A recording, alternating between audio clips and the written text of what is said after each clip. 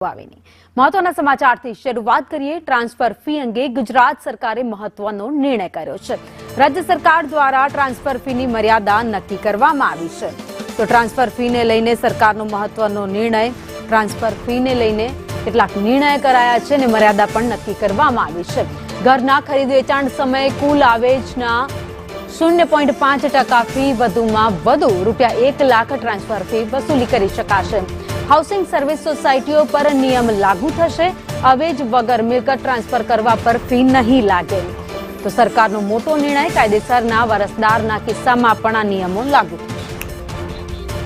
વધુ અપડેટ સાથે સંવાદદાતા હિરેન રાવલ અમારી સાથે જોડાઈ ગયા છે। હિરેન, અવેજ પર મિલકત ટ્રાન્સફરને લઈને કેટલાક મહત્વના નિર્ણય સરકાર દ્વારા લેવામાં આવ્યા। સહકાર વિભાગ દ્વારા રાજ્યમાં જે હાઉસિંગ સોસાયટીઓ છે અને હાઉસિંગ સોસાયટીઓમાં આજે ટ્રાન્સફર ફી લેવાતી હોય છે, ટ્રાન્સફર ફીના સંદર્ભમાં આ નિર્ણય કરવામાં આવ્યો છે। લગભગ 30,000થી વધુ હાઉસિંગ અને હાઉસિંગ સોસાયટીઓ છે એને આનો લાભ મળશે।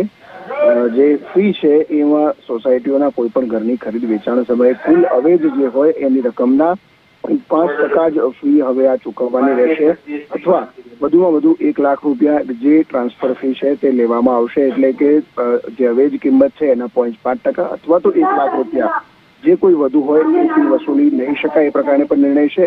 આ સાથે વારસદાર જે છે, કાયદેસરના વારસદાર એ પણ જો કોઈ અવેજ વગર મિલકત ટ્રાન્સફર કરવામાં આવેલા છે તો એના માટે પણ ટ્રાન્સફર ફી નહીં લેવાય એ પ્રકારનો નિર્ણય સહકાર વિભાગે કર્યો છે।